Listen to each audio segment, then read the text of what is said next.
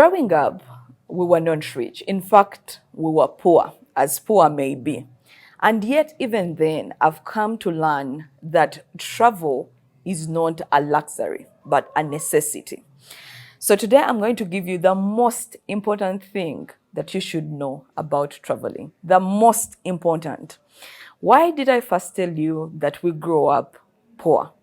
The thing is, I find so many people, even in my generation, who look at travel like, whoa, you have to have gotten money, where or a sponsor, all that. And well, those could play, part on you traveling and your travel plans and how you can afford it.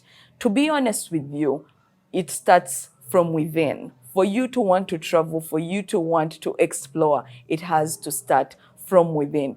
And I truly live by this, that everyone ought to travel. There are things you will not learn until you have traveled. There are things that only travel can teach you. You see, when I got my first travel to Europe that I am constantly going to throw into your faces until my next trip, I got to learn so many things. I got to appreciate life much more. I got to appreciate my community much more because I got to see another race, another people, another set of people who really live way differently. So it made me appreciate more of where I came from.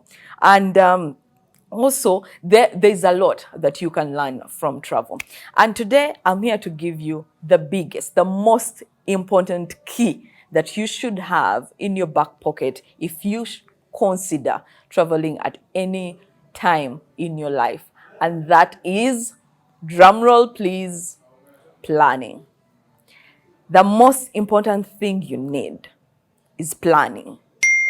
Guys, you see, the first lesson that my boss within the tourism industry told me, my day one, I remember, he said, you see, Stella, the biggest misconception people have is that all whites are rich. That is not the case. These people take time to save. They plan and save for their trips. And that is why when they come, we cannot afford to disappoint them. We can't afford to have mistakes because they have put their blood and sweat into it. And I have taken that with me to this day. You see, at the start of the year, now I'm just going to give you a thing that I normally do because my travels are really not that exaggerated. It's always depending on the time I'll get leave and things like that. But at the beginning of the year, I said actually from the former year.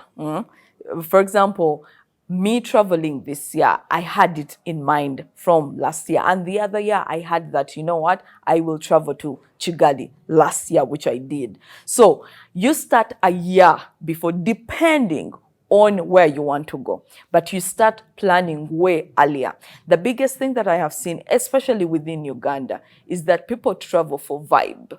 It's a thing of this weekend, I call you while we are seated somewhere this weekend. I tell you, go, man, next weekend to Gendeke Ginger and things like that, which wouldn't be bad, a vibe thing. But if you want travel to be part of your thing, then it can't be something that it's a vibe away, because even the costs are not going to jump onto your vibes. So this is what you need to do. Plan ahead of time. Look at your schedule. Look at your schedule, plan the number of people, plan the number of days, plan the destination, pick out a destination. You could even have 2 or more options for you to choose from because, of course, costs will be coming in. Plan on the time of travel. Have it all on paper. Like I said, this is one of my best friends, my closest friend. These two, I'm always writing down. If I hear of anything whatsoever, I write it down. Any destination whatsoever, I write it down and start making my plans on traveling. Planning everything. And you see, when we start talking about planning, you'll see how important it is to have your focus on. And speaking of planning, of course, our home is Halo Hotel. Plan your weekend getaway with us. Come here, chill with your friends and family, have yourself a platter and various meals that we have. We have cocktails, we have drinks of all sorts, and this is a home you can truly appreciate. I always emphasize the weekend because that's when most people have time, but also in the evenings after work, if you can drop by as you wait for the traffic, this could be the place you catch yourself a cup of coffee and then you go ahead. Back to planning.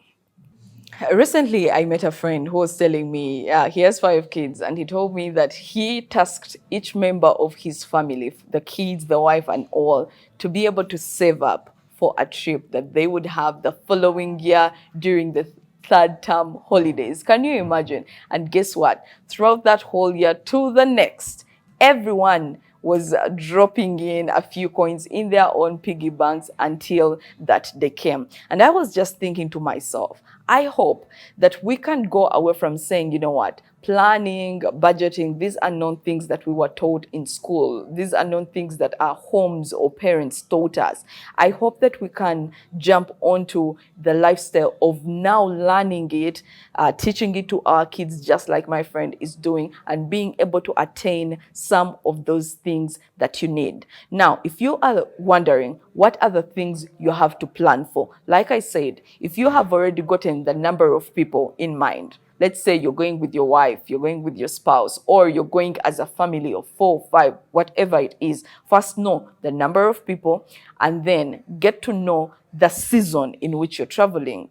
And in my next video, I'll be expounding more on seasons. So get to know the period in which you're traveling, the number of days, and all that. Then interests.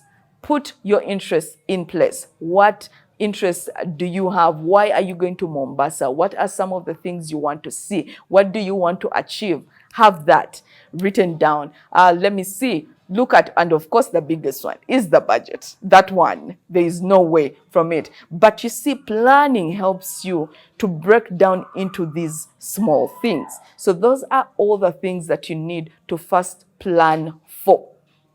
When, how many, where, how, all those things. Because someone could be talking about going to, let's say, Uganda, Bwindi, Impenetrable National Park. There's someone who will drive there. Another one will take a flight, and oh yes, you can fly within the country. So yes, someone will fly there. So you need to know how are you going to be able to achieve that you want and all those things. Planning is the way to go for your next trip. It is the biggest tool if you want to be a traveler. Every year it's possible for you to leave your country, to leave your comfort zone, to be able to explore out there, as long as you put those things into place. Next time we are going to be talking about seasons and why they are very important in the travel thing. If traveling is your thing, this is going to be the place to be. Follow me on Instagram, TikTok, Facebook, and of course here you can hit the subscribe button, like, comment, share, and we'll be giving you more of these in the time to come. Next time we'll be talking about seasons.